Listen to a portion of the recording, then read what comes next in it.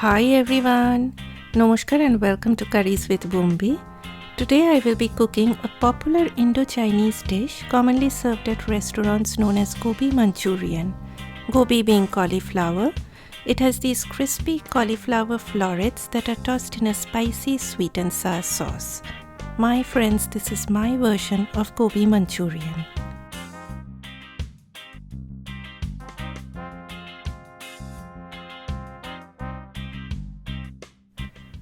The very first thing you need to do is to bring a pot of water to a rolling boil. Add some salt and then add the cauliflower florets. Cut the cauliflower into small florets. Immediately after adding them to the water, set your timer to 3 minutes. After 3 minutes, drain them and wash them immediately with cold tap water to stop the cooking process. You have to give them this cold shower to prevent them from turning mushy. Then let them sit for a while so that the excess water drips off. If I make this in the evening, I usually blanch the cauliflower in the morning so that they become completely dry when it comes to frying. Today I did not get that time, so I patted them dry in a towel. You want them to be dry so that the batter sticks well onto them.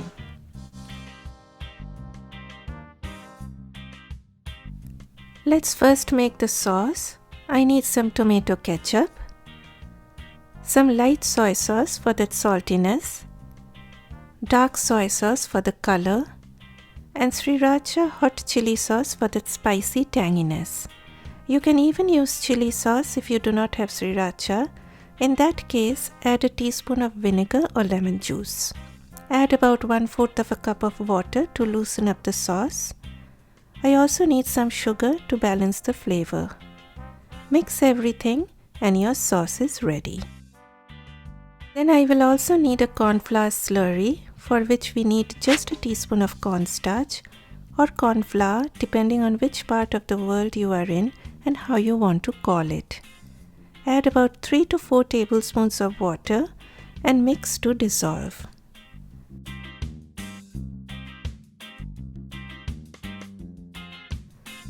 Now coming to the batter, we need an equal proportion of all-purpose flour and cornstarch.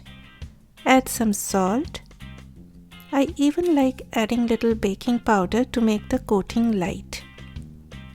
Then I also need some Kashmiri red chili powder for the color.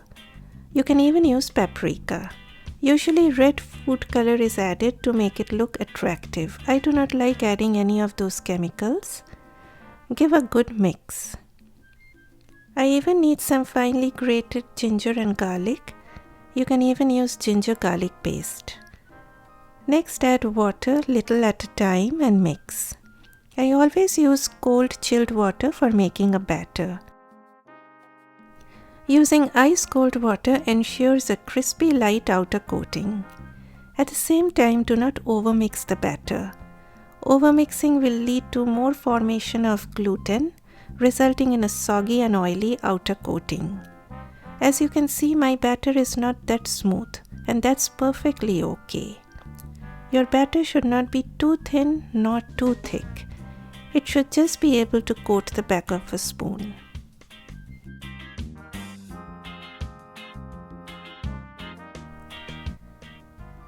You need oil for deep frying. Do not go to the point that it is smoking hot. Dip a chopstick or the handle of a wooden spoon, and when you see those gentle bubbles, it is time to add the cauliflower. Coat them well in the batter and add them to the oil one by one. The heat should be medium-high while adding the cauliflower, then lower the heat to medium.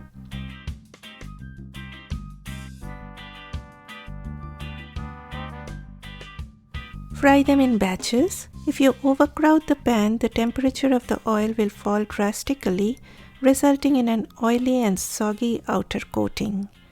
I fried them in 3 batches. Wait for a little while before turning the cauliflower. This will allow the batter to set in. Take them out once they start getting this beautiful golden color. Do not wait for them to turn too brown, as the color keeps on getting a bit dark with the residual heat even after taking them out.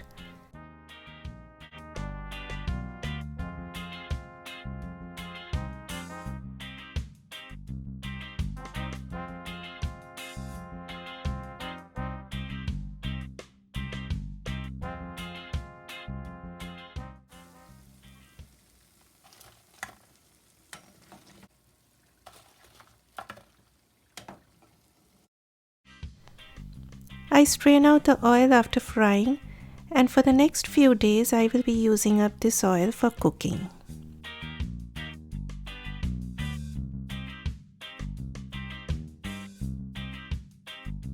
I will be using a little of that oil. First goes the chopped onions. Fry them on high heat. I added some salt. Then goes the chopped ginger, the chopped garlic, and chopped green chilies. You can increase or decrease the amount of chilies according to your tolerance level. Next, I used some red bell peppers. Usually green bell peppers are used, but unfortunately my grocery store didn't have any. I spotted only one red bell pepper lying there, and I swooped like an eagle to get it, as I wanted to do this recipe very badly.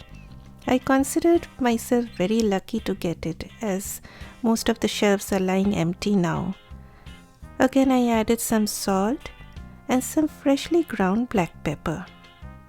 Next, some more flavorings, onion powder and garlic powder. Usually MSG is added to enhance the flavor, but I personally do not like using it, so I added onion and garlic powder instead. But they are totally optional, my friends. So let not these two flavorings keep you back from making this recipe.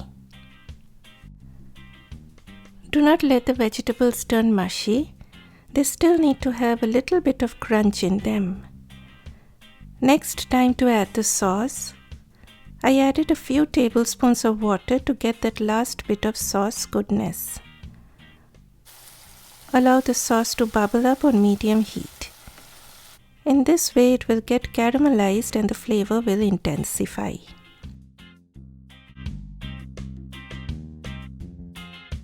Now I will add the cornstarch slurry. Mix it very well before adding. Allow the sauce to bubble up on medium heat for a minute or two. It will soon turn glossy and shiny. Then turn off the heat of your stove and immediately add the fried cauliflower to the gorgeous sauce. I like to do this off heat so that the cauliflower doesn't get soggy. Toss the cauliflower gently in that sauce and make sure each one gets a touch of that gorgeous sauce. Finally, some freshness, the greens of green onions. The crispy outer coating along with the delicious sauce makes this dish taste irresistibly delicious. Serve this immediately. This goes very well with my rice with black beans recipe or peas pulao, or even a bowl of hot steamed rice. This is Mumbai, and thanks for joining me. Take care of yourself and each other. Bye bye.